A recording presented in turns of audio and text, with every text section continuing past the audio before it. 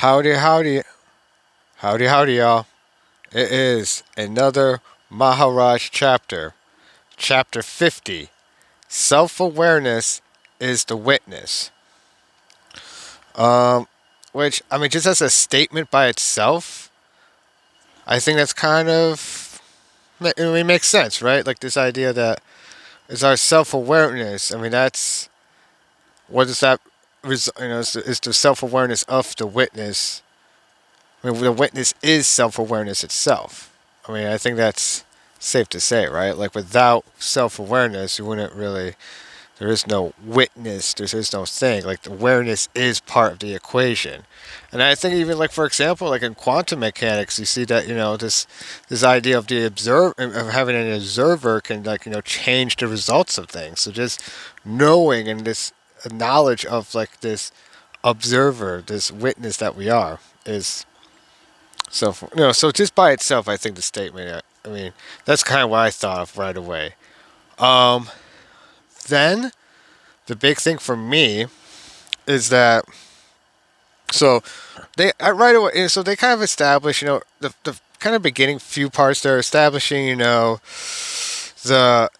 of like, it seems like they're kind of establishing a sort of agreement, at least the questioner is trying to establish, like, you're saying, like, hey, you told me, that can be, considered under three aspects: the personal, the super personal, the impersonal. And then they kind of go through this whole thing of, uh, it seems like they're just kind of establishing, like, yeah, that's kind of like one aspect of how you can see all this. Um, and that part, pretty deep and all, but that's not the part I found interesting. What I found interesting is how this is like the second conversation, at least I can remember, maybe third, but I think second or so, where it becomes political. It becomes very political, like, and what's funny, here, let me move this, that's better. Um, and what's funny, yeah, so they're talking about, like, East Pakistan, for example, at the time, Bangladesh, because during this time, there's a lot of conflict, there's, conflict going on, obviously, I mean, yeah, I mean, I don't even know the history. You should look into that. It's pretty interesting. But and so, which, I mean, and you can argue this relates to today. I mean, right now there's a bunch of conflicts going on today and whatnot in the world. So I definitely think there's something to be said, with this chapter, and kind of especially being alive right now, seeing the things that are going on in the news right now, the way Maharaj approaches all this. I mean, this guy, I mean, he accuses him of being, like, very aloof and just being, like, very callous, which is pretty common of a accusation of Maharaj when it comes to how he approached a lot of this. But honestly, to me, it kind of reminds me a little bit of how Krishna approaches all this. Because remember, like, Krishna's telling Arjuna, ultimately, like, you're not really, like, you're just kind of destroying, like, this form, this person, but, like, not like the actual, like, their being, their essence. They're not really, like, actually, like, killing them in that sense, like, you're not, you know he even says, even Maharaj, death is natural. The matter of dying is man-made. Separateness causes fear and aggression, which again cause violence. Do away with man-made separations, and all this horror of people killing each other will surely end. But in reality, there is no killing and no dying. The real does not die. The unreal never lived. Set your mind right, and all will be right. When you know that the world is one, that humanity is one, you will act accordingly. But first of all, you must attend to the way you feel, think, and live.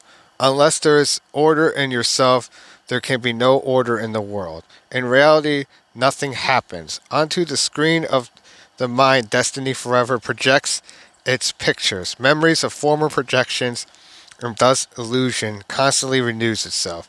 The pictures come and go. Light. All right, let me turn the page here. Sorry. I don't know why it's so difficult for me to turn the page sometimes. Let me take off this glove. I don't really need it right now. It's not even that cold right anymore. It was earlier, but Not anymore. Yeah. Pictures can come and go. Light intercepted by ignorance. See the light, disregard the picture. And then he says, what callous way of looking at things. People are killing and getting killed. Here you talk of pictures. That's what the questioner says. And Maharaj, especially this part kind of really reminds me of Krishna. By all means, go and get killed yourself if that is what you think you should do, or even go and kill if you take it to be your duty. But that is not the way to end the evil. Evil is the stench of a mind that is diseased. Heal your mind, it will cease to project distorted, ugly pictures. And like, and they keep going. Um, the end part's kind of interesting too, because he kind of changes it. He changes the yeah. But anyways, I'm sorry, I'm losing point being like that part really hit me, and it reminds me of like what Krishna says, especially about like with duty, and like yeah, sometimes that is your duty. You might feel like that is your duty. You gotta go and do this stuff.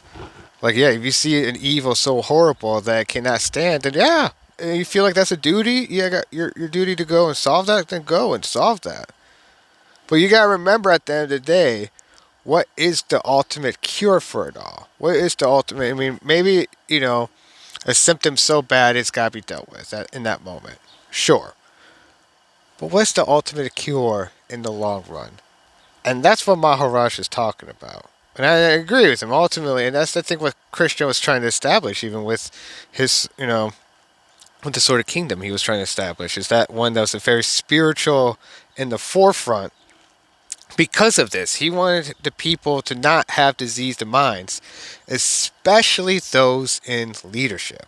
Especially those in leadership. He wanted them to have clear, healthy minds. And that's what you need. I mean, because a society can have all the technological marvels like we have right now. But if, the people's minds are diseased, then it's no good.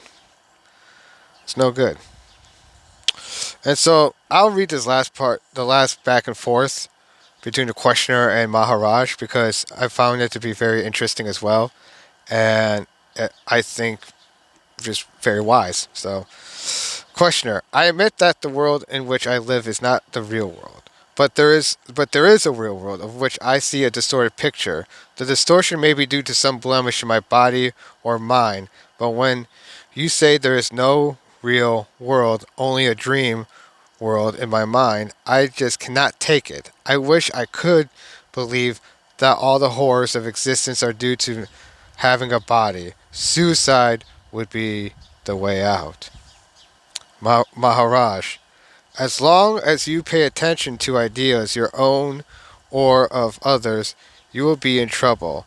But if you disregard all teachings, all books, anything put into words and dive deeply within yourself and find yourself, this alone will solve all your problems and leave you in full mastery of every situation because you would not be dominated by your ideas about the situation. Take an example. You're in the company of an attractive woman. You get ideas about her, and this creates a sexual situation.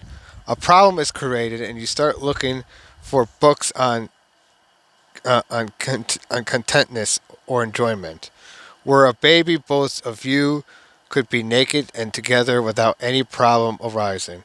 Just stop thinking you are bodies, and the problems of love and sex will lose their meaning. With all sense of limitation gone, fear, pain, and the search for pleasure all cease. Only awareness remains. And I think that's kind of like part the point, the whole point, right? The point, the whole goal. It of like a lot of this spiritual journey is, yeah. At least for me, I would say is yeah, is to try to go beyond limitations. And if the whole point is like, well, you already are beyond it, you just gotta kind of realize that you're beyond it. All the more better, right? And that's what he's trying to say. It's like you're having these problems, these issues, but what I'm offering for you transcends even those problems in the first place. Um, so and I like that how you used the baby analogy. That does make sense, right? Like babies, boy girl babies, can take baths together and stuff like this, no problems. Like no one thinks anything of it for exactly that reason. I mean, they're essentially the same for a while. I mean, there might be small differences here and there, but like a boy baby and girl baby ostensibly are pretty similar.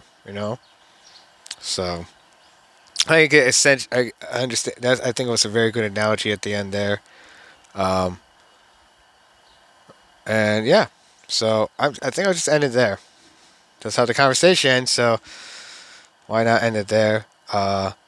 So yes, a belated Merry Christmas and Kwanzaa to everyone who celebrates. I hope everyone has had joyous holidays, and I probably won't. I may post before the New Year's, but if I don't, Happy New Year's as well. Um, but yeah, I will post hopefully soon. Not sure exactly when, depends on how life goes. But yeah, I'll keep you all up to date. Hope you all are having a good time with your lives, and thank you for watching. Have a good day. Peace.